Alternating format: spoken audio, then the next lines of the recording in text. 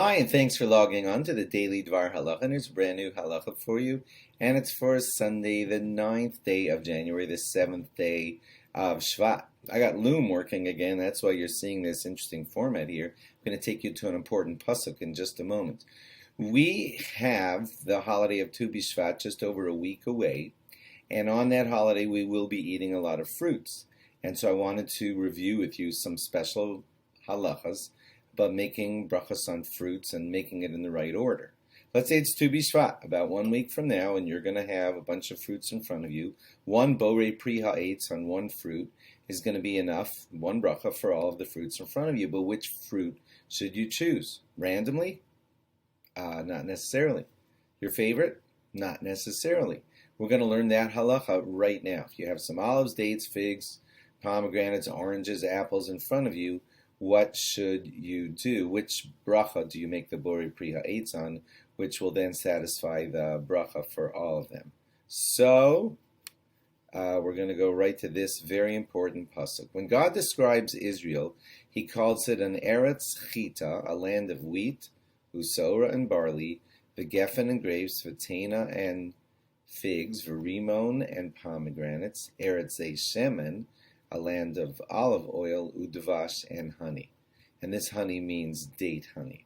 Okay? Now notice that it says the word eretz twice. Eretz here and eretz here. The Gemara analyzes this pasuk very carefully and says that what we're supposed to do is give prominence to those fruits that are nearest to the word eretz. Now, chita and sora are not fruits, but they're on the list of the 7 things for the beautiful foods that Israel is praised for. So we'll gloss over those 2 because you're not going to make a borei pri ha'etz on wheat or barley. So we got 5 left. And because the closest one to the word eretz is zeh shemen, olive oil or olives, so that will put olives as the most prominent. Second closest to the word eretz is davash, which is the honey of dates. So that will make dates second on the most prominent. Prominent will be important here because that's the one that you will choose to make the bracha on if you have the species of the fruits of Israel in front of you, or any of them.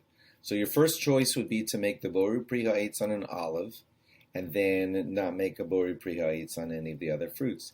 Second choice would be a date, because this davash here is referring to date honey.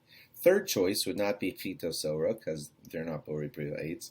So the next one closest, third away from the word eretz, is gefen, or grapes.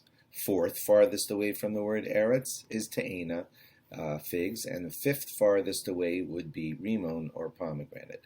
Therefore, if you on next Monday, 1 week and 1 day away, if you have these things of Israel in front of you, and I mean specifically these 5, meaning olives, dates, grapes, figs, and pomegranates, then the appropriate thing to do would be to make the bracha on the olive first, if there's an olive, and then on the order that I just told you. I won't repeat that. So that's what you'll do if you have the 7, or specifically the 5 fruits of Israel in front of you. You'll make the bracha in that order. Now, it is possible that you're not going to have any of those 5, and then you're going to have to make some other decisions, and that would be that a whole fruit would come before a sliced fruit. So if you have a whole fruit in front of you, you'd make a bracha on that, and that would make you exempt from making the bracha on the sliced. If you have none of the 7 fruits in front of you, then what you could do is just choose your favorite. Then it would be appropriate to choose your favorite. And lastly, whenever you have a whole one, and I mean that they're not the fruits of Israel, but if you have a whole one and some partial ones in front of you, the whole one is considered the preferred one, and the borei pri ha'etz should be made on that one. Oh, I hope that wasn't complicated. But anyway, that's our halacha for today, and I'll try and give you a couple of more related to Tu B'Shvat, which is drawing close.